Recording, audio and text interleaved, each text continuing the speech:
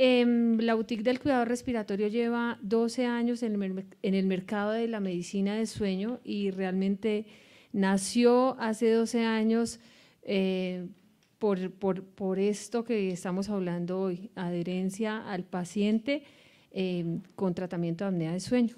Dejé la diapositiva sin el título porque no sé si existe una técnica y esta charla va a ser un poquito como más estilo taller. Entonces quisiera poner en discusión, como dijo la doctora, si de verdad existe una técnica o unas técnicas adecuadas para la adherencia o para la adaptación de los pacientes, para lograr esa adherencia a la adaptación de los pacientes. Entonces, súper importante, pues a nadie le gusta, perdónme, yo voy a organizar esto como por aquí. Pues a nadie le gusta que le diagnostiquen una enfermedad, ¿cierto? ¿A quién? ¿A quién le va a gustar que le digan que tiene una enfermedad? Y mucho menos cuando esa enfermedad puede conllevar a que un tratamiento sea de larga data. Pero ese es el primer paso que todos deberíamos tener para asumir que tenemos que trabajar sobre eso para lograr de verdad lo que aquí estamos hablando, una adherencia al tratamiento.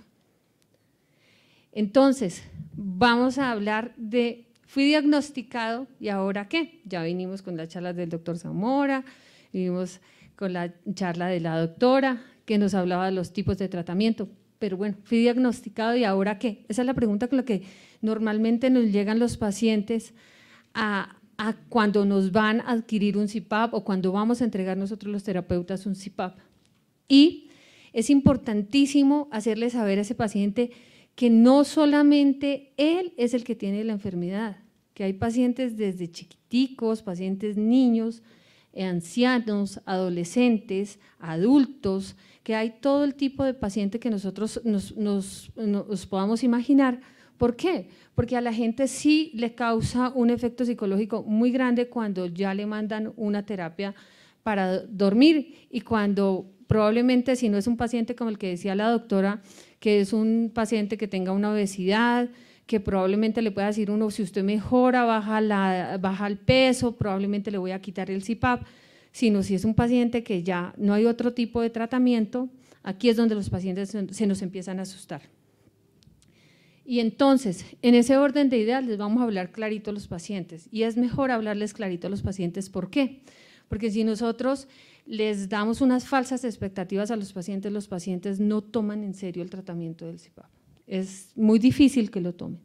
Entonces, primero, hablarles que la apnea dependiente, pues lo que dice la doctora, yo tengo un paciente, ahora que se lo estaba comentando allá atrás, que tiene un índice de apnea, y inicialmente llegó con un índice de apnea de 112 por hora, entonces yo no me voy a poner el CPAP, se lo dieron, yo me lo voy a quitar, yo no lo voy a usar, ok, voy a bajar de peso, mi terapia bajó 30 kilos, el índice de apnea perfectamente le bajó a 70, hicieron una poli de control muy buena, pero 70, entonces le hablaron de la cirugía maxilofacial y se hizo todo el tema de cirugía maxilofacial, fíjense en lo que ya vamos en que bajé de peso, en que hice cirugía, pero ahora el índice que con esa cirugía nos quedó en 28 y en 28 pues es sencillamente un paciente que probablemente no tiene cura, que toca tratarlo porque hay tratamiento, no hay curación, pero sí hay tratamiento, eso es como nosotros los que sufrimos de los ojitos, entonces es fácil de tratar, pongámonos las gafitas, ¿cierto? O hagamos lo que tenemos que hacer. Le va a reducir el riesgo, normalmente esto se lo decimos siempre a los pacientes, les va a reducir el riesgo, no pude aquí con esto, les va a reducir el riesgo de sufrir problemas médicos serios y de accidentes como hablaba la doctora, le va a ayudar a mejorar su dormir, en la noche va a dormir mejor, pero en el día también se va a sentir con mayor fuerza, con mayor energía, va a estar mucho más activo. Y es importante decirle pues que mire la cantidad de personas que padecen apnea de sueño en el mundo. Entonces, me pasé por acá. Si ya estamos aquí, ya es porque nos lo mandaron, ya el dispositivo de avance mandibular no le sirvió, ya probablemente la terapia posicional no le sirvió, ya probablemente el bajo de peso tampoco le sirvió Y entonces, ¿cuáles son las opciones de mi tratamiento? Esas opciones de mi tratamiento, como hablaba la doctora, el más común y el gold estándar es el CPAP. Probablemente nos van a llegar un grupo de pacientes con terapia de BiPAP y nos va a llegar otro grupo de pacientes con auto-BiPAP. ¿Qué les recomiendo siempre a las terapeutas? Nosotras tenemos un conocimiento pues, a lo largo del tiempo de formación de estos dispositivos, pero sí hay una cosa que es muy importante, leamos la polisomnografía. Leamos la poli que hicieron, porque ese estudio, el doctor Marco lo dijo clarito, si hay un sitio donde nosotros tengamos confiabilidad de que esa polisomnografía, si nosotros sabemos en qué etapas ese señor de verdad nos durmió, cuál es su problema, podemos avanzar un poquito con ese señor y darle unos tips de tratamiento, pero la polisomnografía, ojalá que todos los terapeutas que trabajamos en adherencia supiéramos leer polisomnografía. Y no cambiarle el tratamiento al paciente. Si probablemente llegó el señor y nos dijeron que ese paciente titulaba a presión de CPAP de 8 o de 10, pues nosotros tendremos que colocar ese CPAP inicialmente de 8 o de 10 y no decirle, venga, le vendemos un BiPAP, que es que el BiPAP tiene modo CPAP y le sirve y entonces aquí le podemos hacer, porque ahí entramos en un problema con el paciente que no se nos va a adherir. Ya si nosotros vemos que definitivamente la adherencia al CPAP no la podemos lograr, pues podemos tener la alternativa de trabajar con un auto-CPAP que probablemente nos podría ayudar a mejorar la adherencia. Y si ya el paciente tenía algún problema o neuromuscular o ya de hipoventilación que ya comprometa el sistema respiratorio como tal, evaluemos la posibilidad de utilizar un poquito más allá hacia la ventilación mecánica. No dejemos a ese paciente sufriendo, porque es que a veces nos llegan pacientes, yo he tenido casos que nos llegan pacientes con una ELA, con CPAP, y uno dice, venga, ese pobre aquí literal toda la noche se está muriendo porque yo no tengo cómo darle asistencia respiratoria a ese paciente. Entonces, es tan importante que nosotros tengamos la claridad de leer esa polisomnografía y explicarle realmente cuáles son las opciones de tratamiento al paciente. Y en ese orden de ideas le explicamos, como ya nos habló la doctora, de qué nos genera el CPAP, cómo nos va a aperturar esa vía aérea, cómo nos va a mejorar esa respiración, cómo nos la va a regular, cómo los ronquidos van a cesar, cómo vamos a recuperar el sueño, cómo vamos a mejorar la calidad de vida y cómo vamos a reducir el riesgo de todas las comorbilidades que ese paciente tiene. Pero adicional a eso también puse esta foto intencional porque aquí hay una persona que siempre está al lado de uno, el que duerme con uno, que también le vamos a mejorar, no vamos solamente a mejorar la calidad de vida de nosotros, los que padecemos la apnea, sino de la persona que está al lado, porque de verdad que dormir con un roncador es complejo. Con una persona que tenga apnea es complejo. He tenido gente que finalmente dice, mire, yo no duermo por estarle cuidando el sueño y oiga, despiértese porque se murió, o por favor déjeme dormir. O yo le cuento tantas veces que esa persona duerme y se queda sin respirar, sé exactamente cuántas veces dejó de respirar.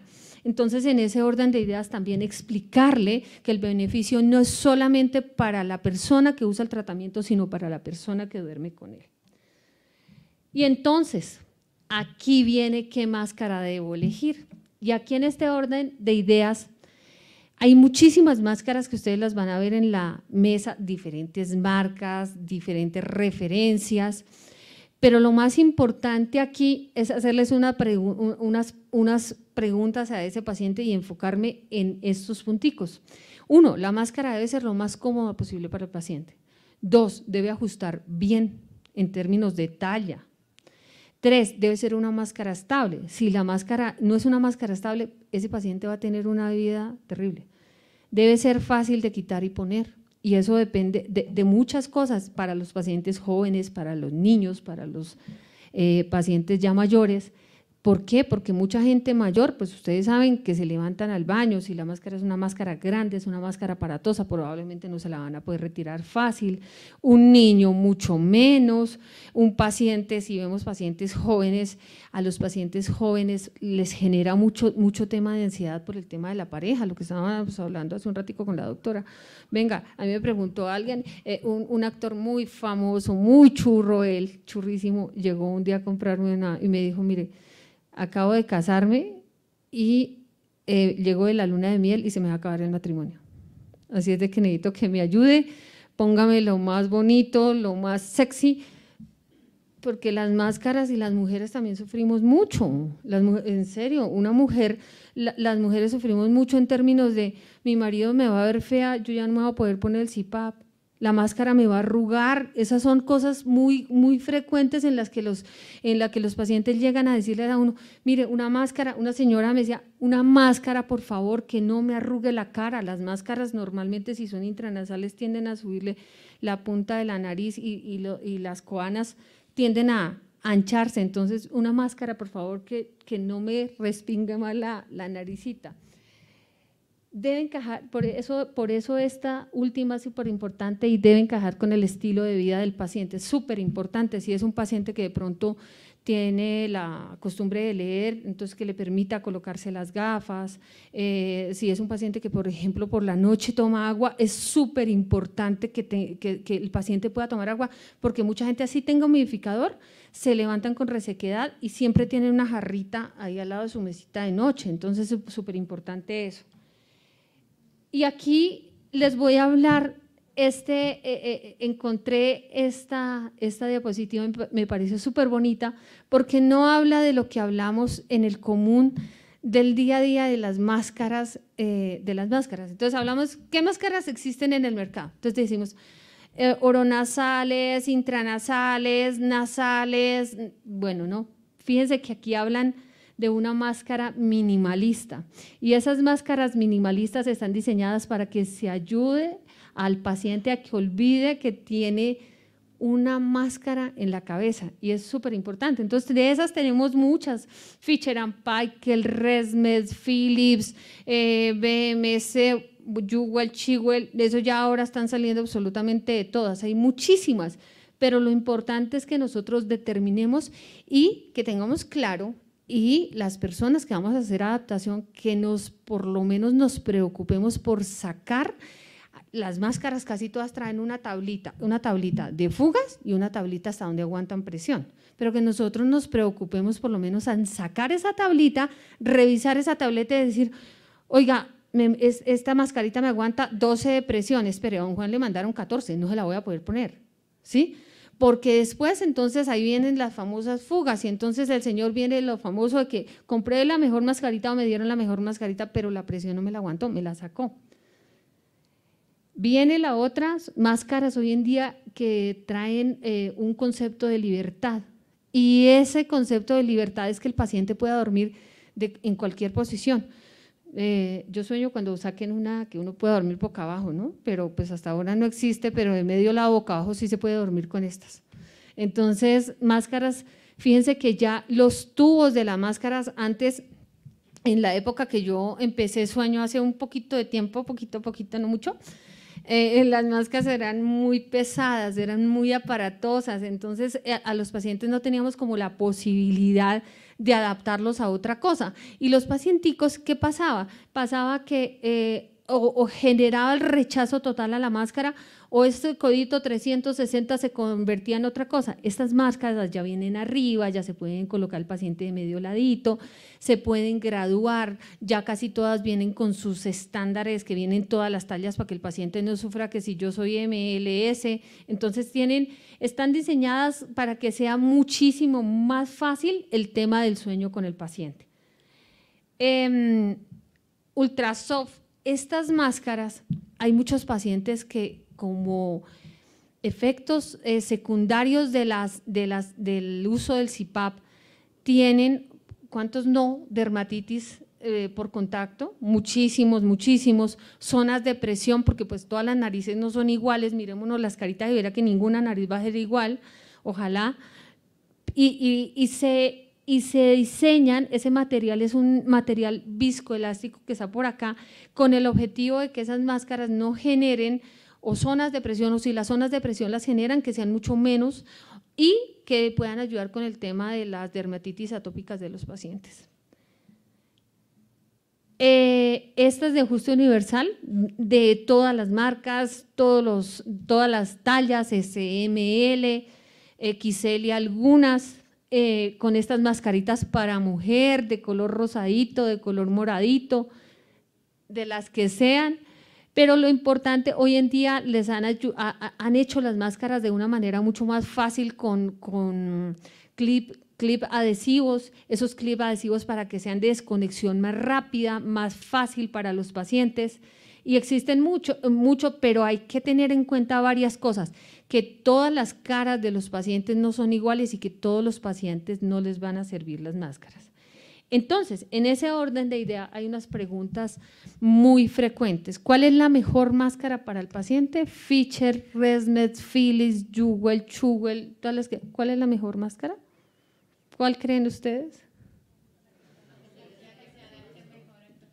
La que se le adapte mejor. Entonces, aquí tenemos que tener un mundo de mascaritas que tengamos la posibilidad de ofrecerle una buena alternativa a los pacientes y dentro de eso, ¿qué tiene que hacer el paciente y cuáles son las preguntas más frecuentes? ¿Con qué frecuencia debe usar el CPAP?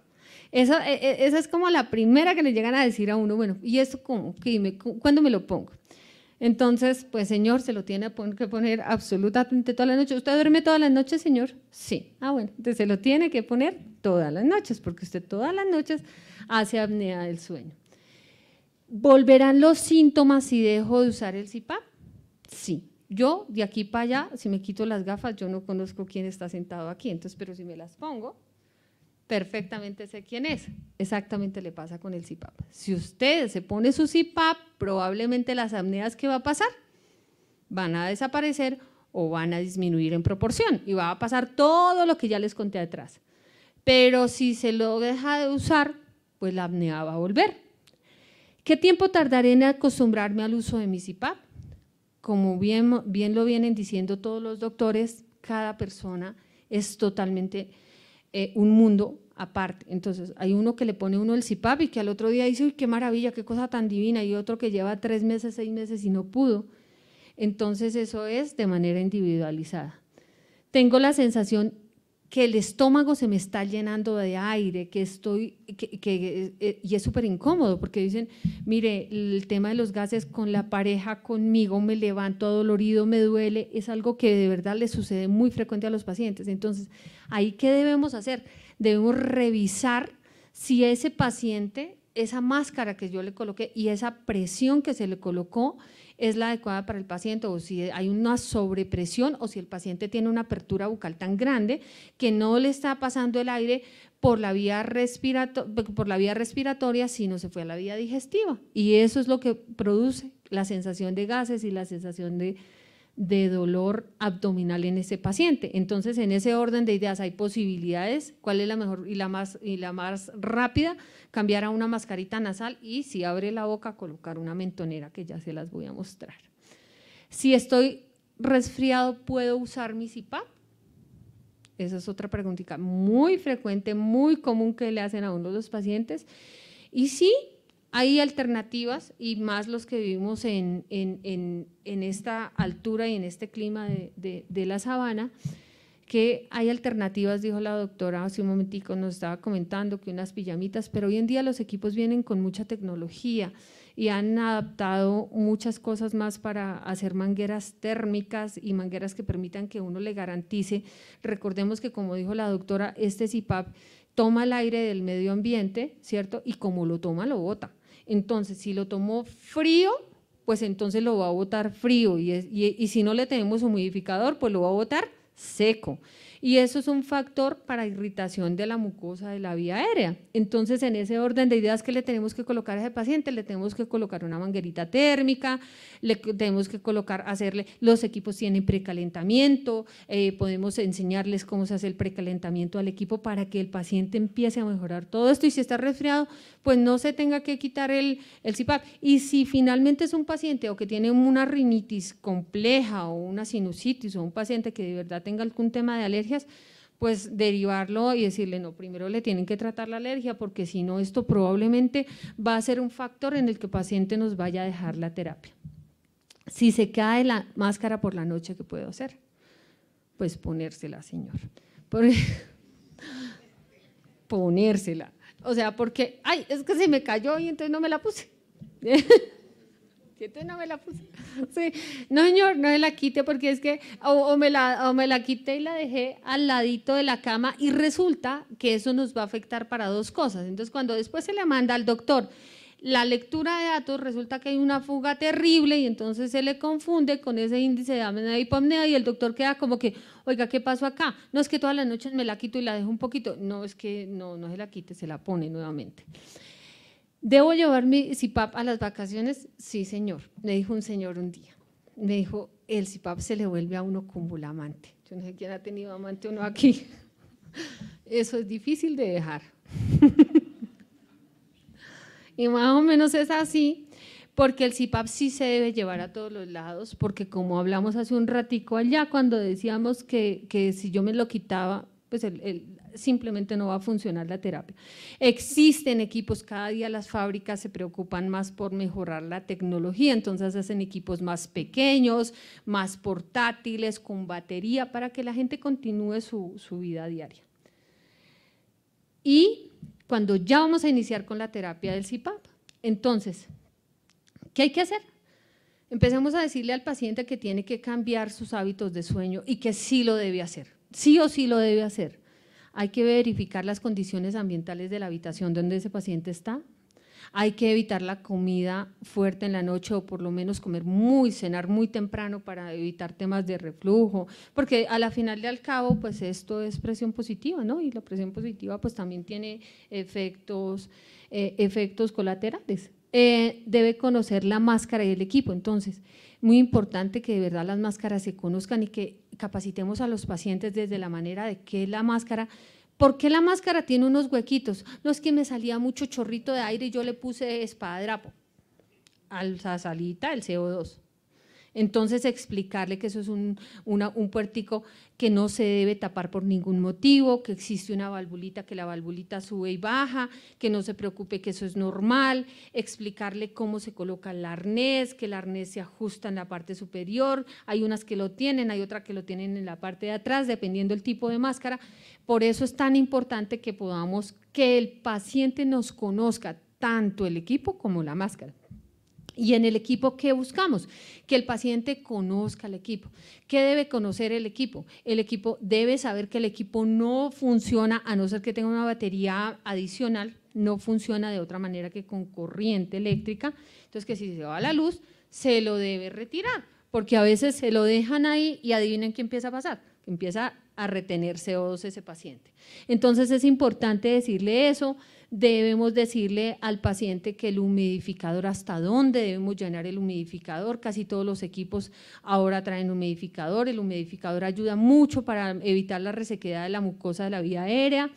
Debemos enseñarles que también, si usan el aire acondicionado, están en Barranquilla o están en Cartagena o están en clima caliente, pero el aire acondicionado a 19, pues exactamente que lo mismo que estuviéramos en Bogotá, y el equipo toma el aire y lo toma del medio ambiente y lo bota, entonces lo va a tomar frío o seco, entonces hay que colocarle su humidificador para evitar esa resequedad y esos efectos secundarios.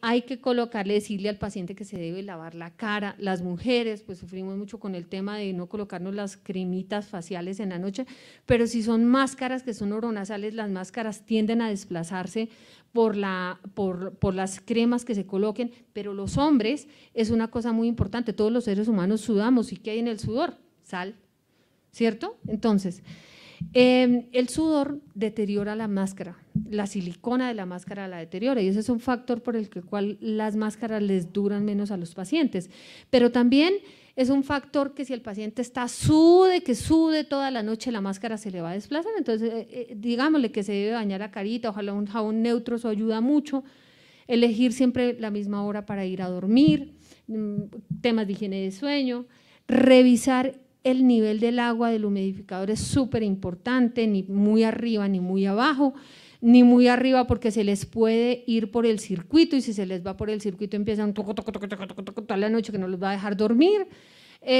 pero si está muy bajito probablemente el humidificador no va a funcionar, se va a resecar la vía aérea y se va a dañar el aparatico de paso. Revisar la altura donde vamos a colocar, donde vamos a ubicar el equipo, recuerden que si colocamos una manguera tenemos gravedad y por ese ladito se nos empieza a ir el agua, entonces la cara amanece mojada, el paciente llega con una cantidad de condiciones que son evitables si educamos al paciente de esta manera. Y por último, pues que dé el besito, las buenas noches, haga lo que tenga que hacer y se acueste a dormir, ¿sí? Apagando las luces, no va a haber televisión, absolutamente nada, sino simplemente apagamos, damos el besito, las buenas noches y felices sueños. ¿Qué debemos entrenar a nuestro paciente? En el tema de limpieza y desinfección. Limpieza y desinfección es súper importante entrenar a los pacientes que cómo deben lavar la máscara, cómo deben lavar el humidificador, porque uno de los factores más importantes, ustedes empiezan a ver que llegan los pacientes con esas máscaras como cafecitas, como grisecitas, como chocolatico y uno dice, ¿y eso qué fue? Es que la máscara no la lavo todos los días y entonces se le llenó de honguitos, el humidificador se le llenó de hongos porque estamos trabajando con equipos que generan humedad.